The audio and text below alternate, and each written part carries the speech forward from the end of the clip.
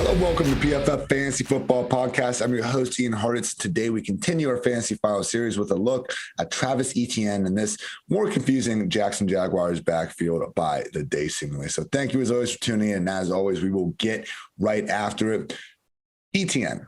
He should be the lead guy, but we're not positive. We're not positive because Urban Meyer is walking around and calling him Slash to anybody that will listen. And it's also not this James Robinson show. As much as I wish I could write off Carlos Hyde, he is still a factor too. So that's what we're looking at in Jacksonville. I'm not going to try to even mention he who should not be named. The guy should not even be in the NFL right now. But unfortunately, he is also a potential pass near the goal line that we need to worry about. But today's main topic will be Travis Etienne because first round running backs, people, they get fed. Urban Meyer isn't your typical NFL coach. We're already seeing that. Maybe, he has a different idea for how to use his first round alleged RB. I'm just concerned, though, because historically, again, first round running backs get fed. For every Philip Lindsay and James Robinson, there's dozens of more Darwin Thompsons or Justice Hills. And again, just looking at the list of the previous first down backs, I think we should have a pretty gaudy touch projection for Etienne in year one. Clyde Edwards-Helaire, disappointed, had some injuries, still the PPR, RB22, 217 touches. Josh Jacobs, 262 touches, RB21. Barkley, 352 touches, RB1. Rashad Penny, busted, 94 touches, RB68. We had Sony Michel get 216 touches. Leonard Fournette had 304, RB10 finish. Christian McCaffrey, 197 touches, RB9 finish as a first-round rookie. RB9 on fewer than 200 touches. God. Receptions are such a cheat code. Ezekiel Elliott, RB2 on 354 touches. Todd Gurley, RB9 on 250 touches. Had Trent Richardson turn in an RB8 finish on 316 touches. Muscle hamster is now what they called him. Doug Martin, 368 touches, RB2 finish. We had some other busts. David Wilson, Mark Ingram not getting completely fed. But generally, again, these first-round running backs make a lot of good things happen. Etienne, just in terms of what he can do as a personal prospect, should be more than capable if he gets those touches. This is from our 2021 draft guide about Etienne, courtesy of the always fantastic Mike Renner. While it's a tad concerning that Etienne's efficiency took a massive hit, Clemson's offensive line faltered this season after losing 4 stars to the NFL. What Etienne did as a receiver likely turned some heads. He was a downfield passing weapon in the Clemson attack after being an afterthought in that regard early in his career. His 588 receiving yards were the most of any back in the country this year. His explosiveness and tackle breaking ability didn't go away. Rather, Etienne only saw 1.8 yards before contact this season compared to 2.8 in 2019 and 3.8 in 2018. That was my concern with Etienne after last season because he looked so explosive in 2019 and just even before in his career as well. I've talked in this podcast about being an Ohio State fan.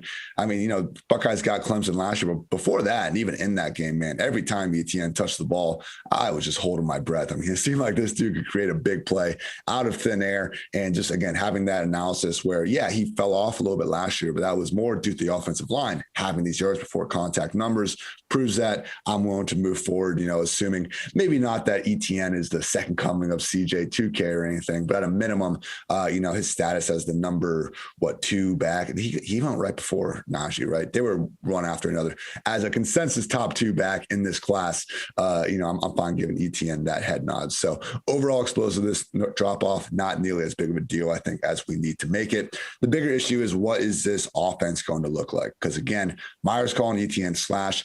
He showed off the ability to work as a wide receiver. There's one play in particular. I think it's Georgia Tech or Boston College. I think it's Georgia Tech. Their uniforms are kind of similar. Give me a break, people. Etienne that lined up out wide, runs a nice little sluggo, toasts the poor safety that was on him, makes the catch about 30 yards downfield. So Etienne can do it. It's just we've only seen flashes from Slash. Only on 84 total snaps in 55 college games did Etienne line up in the slot or out wide. Yes, he did it more as a senior, but even then, we're not talking more than a snap or 2 a game, more weeks than not. So it's just taking a bit of a leap of faith to assume that he's going to be this full-time wide receiver. We had that, don't put too much stock in this, but we got Trevor Lawrence hanging out with DJ Chark, Laviska Shenault, and Marvin Jones. Where was Etienne? Probably hanging out with the running backs. I know Meyer wanted to get Kadarius Toney before settling for Etienne. Again, though, asking Etienne to all of a sudden from day one to play a position that he just hasn't played as more than a complementary piece over the years, it's just asking a lot. So the big thing here we need to realize is that Etienne has the pass down role in this offense. And that's what's ultimately most important in, fantasy football land.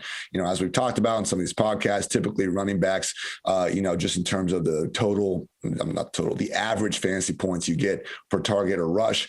Historically, rush attempts are, 2.7 rush attempts is worth about 1 target. So as long as Etienne is getting a good chunk of rush attempts and most of the targets from this backfield, I think he's going to be just fine. And our PFF projections have a similar just kind of mindset on things. Overall, they have Etienne getting 160 rush attempts, James Robinson 109.7, Carlos Hyde 59. The targets are Etienne 55, Robinson 27.5, and Hyde 22. I kind of think if Etienne is finishing under 200 rush attempts, we're going to see the targets more in the 70, 80 range. We'll see. I mean, median projections just know they're always on the low side of things. We don't make a habit of trying to project outlier performances. But Etienne, we know he can catch. We know he can run. It's what Urban Meyer said, when they originally used him out there. They're like, worst case, we have a great running back that is a better receiver than he was before. So I don't think, necessarily getting him more involved out wide is bad. Let's just make sure they do it and don't take him off the field for prolonged stretches because of Robinson and or Hyde. So takes him to the rank. Travis Etienne is my personal RB19 at the moment. I'm higher than him the most. He's the RB27 over on Fantasy Football Calculator, RB22 on Underdog Fantasy. Again, he's getting the pass-friendly role. I think he can probably meet that. I mean, remember, Christian McCaffrey, Etienne's not quite going to have McCaffrey's pass-down role. McCaffrey was the RB9 as a rookie, not even having 200 touches. So Etienne doesn't even necessarily need to dominate this backfield's, total snap and touch count in order to be just an RB2. That's what he needs to be at his price. He's being priced as an RB2 and RB3. He has RB1 upside. At a minimum, I think he can certainly turn in a top 20 performance. Now, the artist formerly known as James RB1 son. I'm sorry, people, but I just can't get behind him. I did a study, again, using that 1 target equals about 2.7 rush attempts.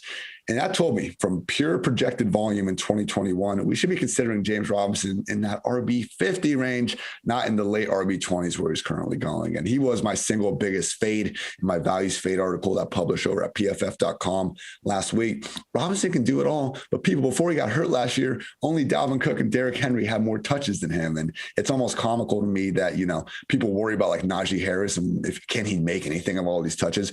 Look at that Jaguars offense last year. I mean, any of us expected James Robinson, even with all those touches, to turn in those sort of numbers.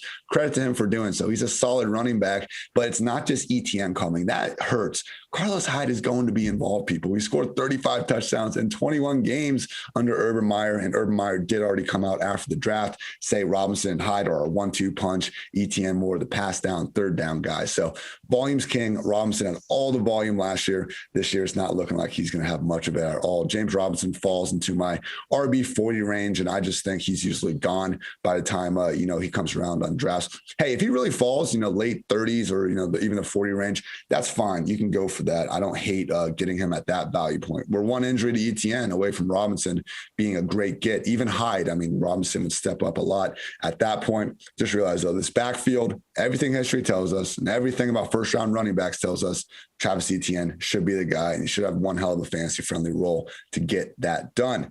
Thank you, as always, for tuning in to PFF Fantasy Football Podcast. New episodes every single day. I'm about to go to a pool party, people. I cannot wait. Had my, one of my college best friends' wedding yesterday. I am hurting a little bit, but, we persevere and we find ways to talk about fantasy football, regardless of, how the old head might be feeling. So, again, thank you all for tuning in. And until next time, take care, everybody.